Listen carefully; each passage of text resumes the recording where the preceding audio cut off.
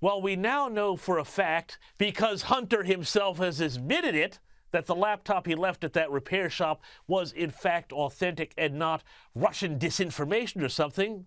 The stuff that keeps coming out of it is just more and more appalling by the day.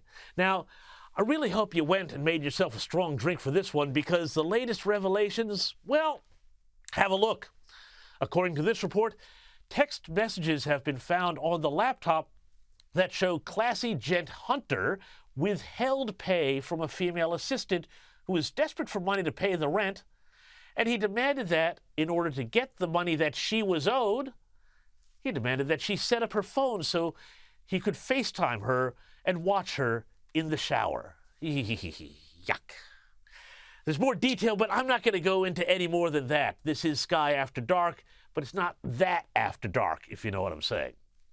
But before you feel too sorry for the woman in question here, I mean, really, who wouldn't want the chance to get the gear off on camera for Hunter Biden? Yuck. It is important to remember who the real victim is here. No, not the woman who was sexually harassed, who was owed money. Not the poor housekeeping staff at the Chateau Marmont, whose rooms he so comprehensively trashed that he was told never to come back. Not the American people whose entire government may have been compromised by his reckless behavior. No, the real victim here, Hunter himself. The first Fail Sons lawyers have written a petulant, foot-stampy letter to the Delaware Attorney General demanding that they do something about the mean old laptop repairman who showed Hunter's hard drive to the world after he abandoned it in his computer shop. Quote, "This failed, dirty political trick directly resulted in the exposure, exploitation, and manipulation of Mr. Biden's private and personal information," Hunter's lawyer Abby Lowell wrote. Mr. McIsaac's intentional, reckless, and unlawful conduct allowed for hundreds of gigabytes of Mr. Biden's personal data without any discretion to be circulated around the internet. Yeah, okay, look, I think I know who's guilty of intentional, reckless, and unlawful conduct here, and it ain't Hunter. But this is a fascinating tactic. I mean, basically Hunter's got his lawyers saying, look, there's a lot of stodgy stuff here, but it's the other guy's fault that I was too high to keep the evidence of it from making it into the public domain. I mean, really, I guess he's got a point. Let he who has not withheld pay from an assistant demanding a naked FaceTime shower cast the first stone, right? Anyway, naturally, the White House is being asked about this story, which has now escalated to the point where the feds are being asked to investigate the leaking of the laptop. And here's some nice palate-cleansing Karine Jean-Pierre word salad for you. Counsel for Hunter Biden has written the National Security Division of the Justice Department. I know you like to keep that agency very arm's length. But is it arm's length when the president's son writes DOJ seeking an investigation?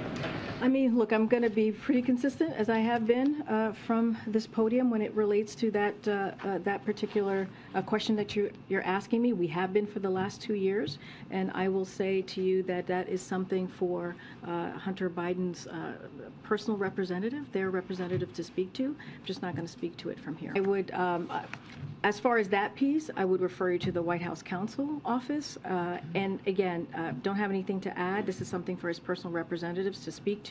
As it relates to the agencies, as you were asking me, look, this is a president, and I said this before, that believes in the independence of the Department of Justice. Well, joining me now is former White House Chief of Staff and Senior Advisor at Bondi Partners, Mick Mulvaney. Mick, before we get into anything else, I want to get your analysis on the twin scandals, or issues if you don't think they've quite hit the scandal level yet. You've got the classified documents and Hunter Biden. The first one, Mick, the document seems to be about the president's own carelessness, while the Hunter Biden stuff, when you take away all the considerable sleaze, seems to be about the potential for real financial corruption. So my question is this.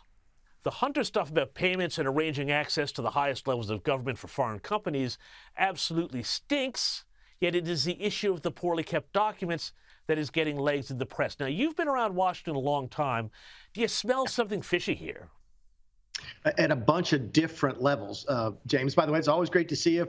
Great to see that little Pierre Jean-Pierre clip there. When the press secretary to all the lawyers, that means she doesn't know the answer because she is the White House press secretary and the lawyers work for the White House. So when she says she refers you to the legal counsel, that means she has no idea what to say because they're going to refer back to her. Look, now the thing does sort of, it starts to stink. Keep in mind, there's a missing piece here. Maybe you can pull it out later on and show it next week where Joe Biden, as vice president, talks about bringing pressure on the attorney general in Ukraine in order to get them to stop an investigation.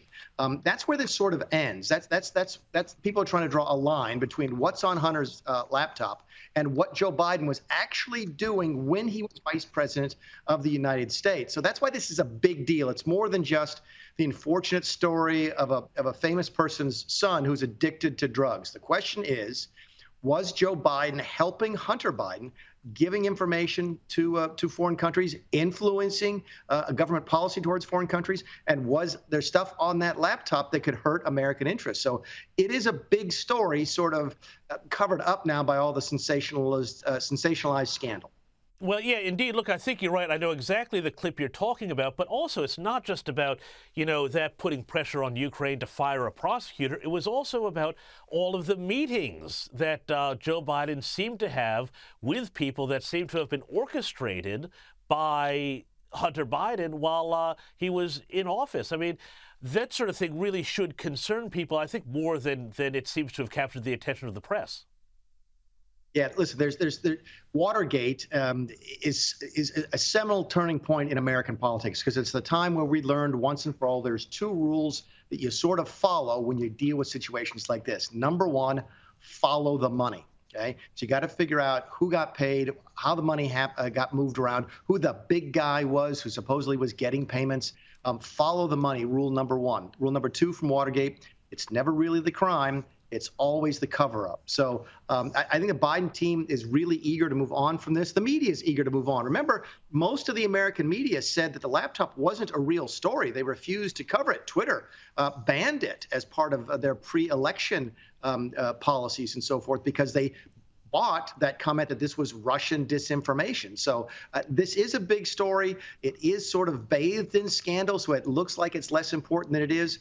But I'm glad that now that Republicans are in charge of the House, we actually may get a full accounting of what happened with this laptop and everything connected to it.